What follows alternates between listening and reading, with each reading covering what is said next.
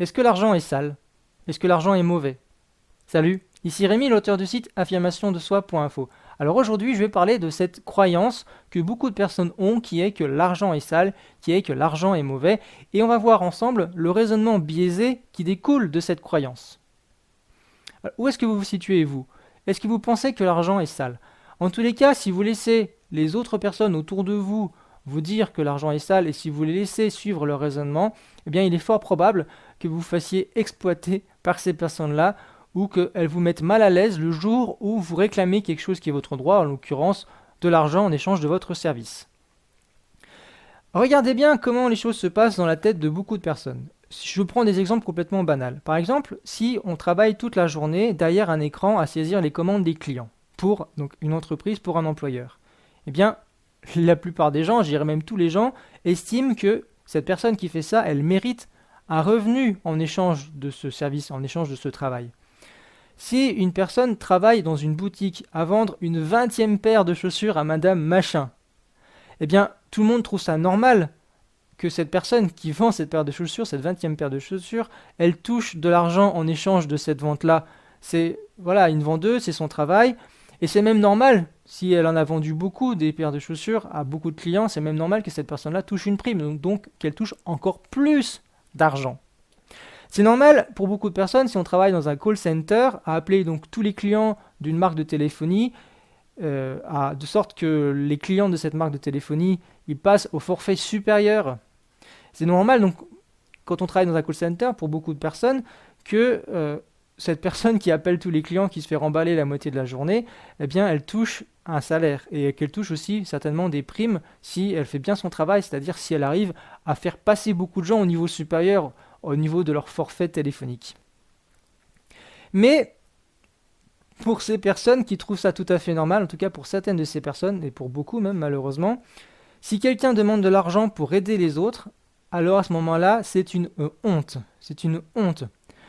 Donc on a le droit de gagner de l'argent, et même peut-être beaucoup d'argent si on vend 20 paires de chaussures à Madame Machin, mais par contre, si on aide les autres dans leur vie, eh bien pour ces personnes-là, pour ces bien-pensants, c'est tout à fait dégueulasse, c'est tout à fait immoral de demander de l'argent.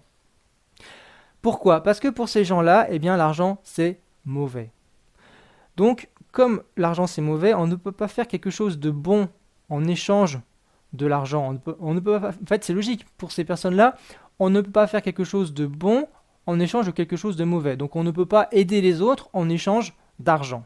Parce que ces gens sont persuadés que l'argent c'est quelque chose de mauvais. Je prends tout de suite mon exemple pour vous montrer à quel point ce genre de raisonnement nous conduit à quelque chose de complètement absurde. Il y a quelques années, donc je l'ai déjà dit plusieurs fois, je travaillais comme salarié. Et mon travail, en fait, ça consistait à aider, on va dire, les entreprises à être plus efficaces. Personnellement, j'adorais mon travail, mais je trouvais que quelque part, il n'avait pas vraiment de sens.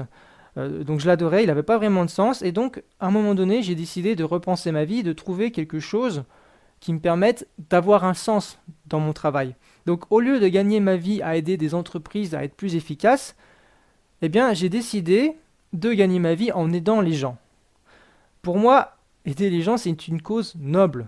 Donc, quitte à passer 8 heures par jour à travailler, autant que ça aide à améliorer le monde.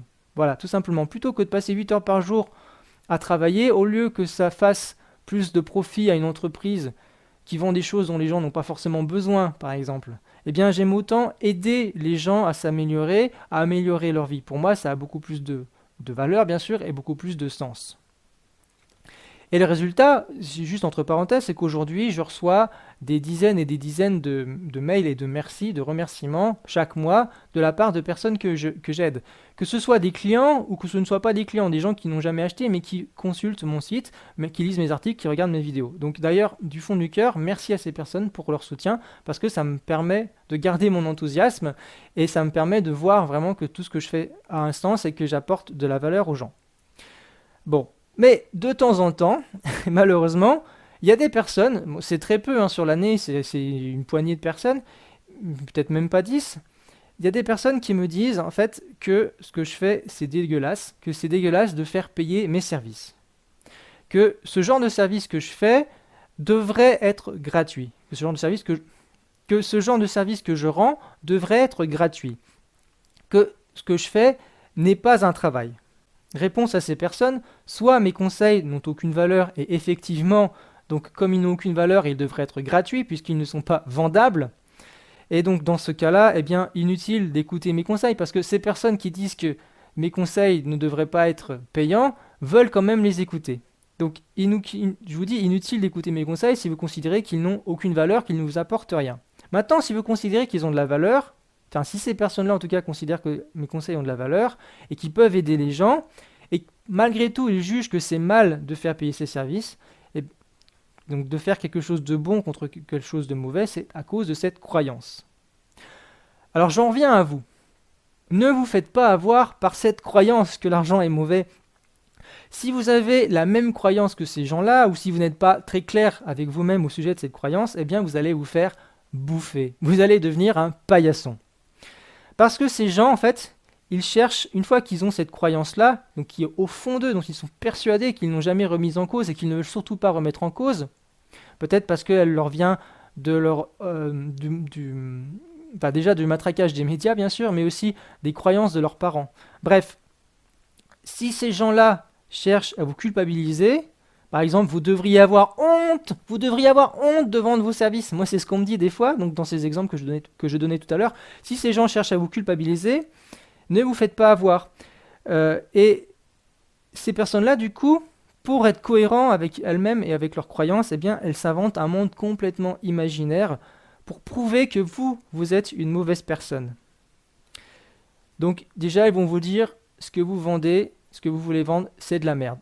Ils disent que c'est de la merde, mais jamais ils n'ont acheté, donc jamais ils n'ont écouté ce que vous aviez à dire, jamais ils n'ont... jamais vous n'avez eu l'occasion de leur rendre ce service-là. Donc comment peuvent-ils savoir que c'est de la merde ce que vous leur vendez?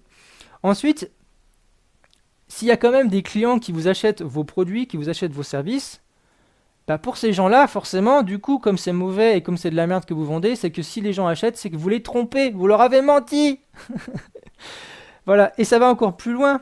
Rappel, hein, ces gens ne connaissent pas vos produits. Ça va encore plus loin parce que si vous avez un client qui vous rachète un deuxième produit, eh bien à ce moment-là, vous avez abusé de la faiblesse de ce client.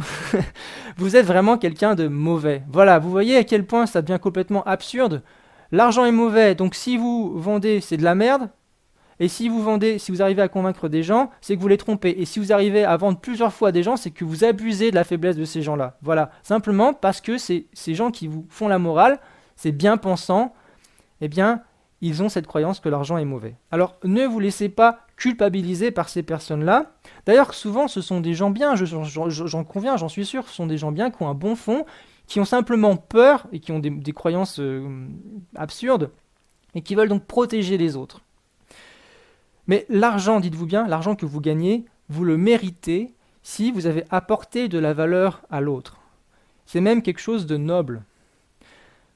Donc, à deux conditions quand même, que vous n'ayez pas triché, donc que vous n'ayez pas trompé quelqu'un, que vous n'ayez pas menti, et puis bien sûr, à condition que vous n'ayez pas utilisé la contrainte. Donc gagner de l'argent par les menaces ou par le racket, là effectivement il ne s'agit pas de quelque chose de noble, et effectivement c'est critiquable, en tout cas selon mon point de vue. Donc, rappelez-vous, il y aura toujours quelqu'un qui dira que vos services sont trop chers. Simplement déjà parce que la valeur que vous apportez à une personne n'est pas la même que celle... Enfin, que pour le même service, en fait, ça n'apporte pas la même valeur d'une personne à l'autre. Ça dépend du besoin de cette personne, du besoin de la personne à qui vous apportez ce service. Donc, déjà, de base, ce sera le prix, la valeur est différente d'une personne à l'autre, donc le prix est différent, et donc à un moment, ce sera toujours trop cher pour certaines personnes. Et puis de toute façon, il y a des personnes qui ne seront jamais prêtes à vous acheter ce que vous voulez. Donc là, je m'adresse surtout aux entrepreneurs. Donc surtout, concentrez-vous sur les personnes qui perçoivent la valeur que vous leur apportez et oubliez ceux qui vous critiquent quand vous décidez de faire payer vos services. Oubliez ceux qui vous critiquent de faire payer. Donc là, j'en ai fini pour cette troisième vidéo. Simplement, je voulais vous donner une citation qui résume les 3 vidéos précédentes que j'ai faites au sujet donc de l'argent et du fait de se faire bouffer ou pas par les autres à cause de cette croyance que l'argent serait mauvais. Alors qu'en fait, l'argent, c'est quelque chose de neutre, c'est simplement un catalyseur, que je l'ai déjà dit, hein, c'est-à-dire que si vous êtes quelqu'un de bon au fond de vous, l'argent que vous avez, vous l'utiliserez pour faire quelque chose de bien et vous le gagnerez de façon bien honnête. Si vous êtes quelqu'un avec un mauvais fond, l'argent, certainement, vous l'acquérerez avec d'une mauvaise façon, on va dire. de façon louche, hein, en trompant, en mentant, etc. Et puis, vous le dépenserez certainement entre guillemets, d'une mauvaise façon. Donc voilà. En tous les cas, je vous dis à demain, où je vais vous donner cette citation qui résume. Loupez pas cette citation-là parce que je pense que voilà, c'est vraiment quelque chose qui remet tout bien et qui résume tout ça. Donc je vous dis à demain pour cette citation. Salut. Est-ce que vous enragez d'être baladé comme ça par un manipulateur? Est-ce que ça vous met en colère de ne pas pouvoir résister? Il vous embrouille l'esprit et vous vous sentez perdu. Il vous fait aussi vous sentir coupable et cette culpabilité, comme ça là, elle vous ronge à l'intérieur de vous. Eh bien dans cette vidéo, je vais vous montrer comment contrer un manipulateur.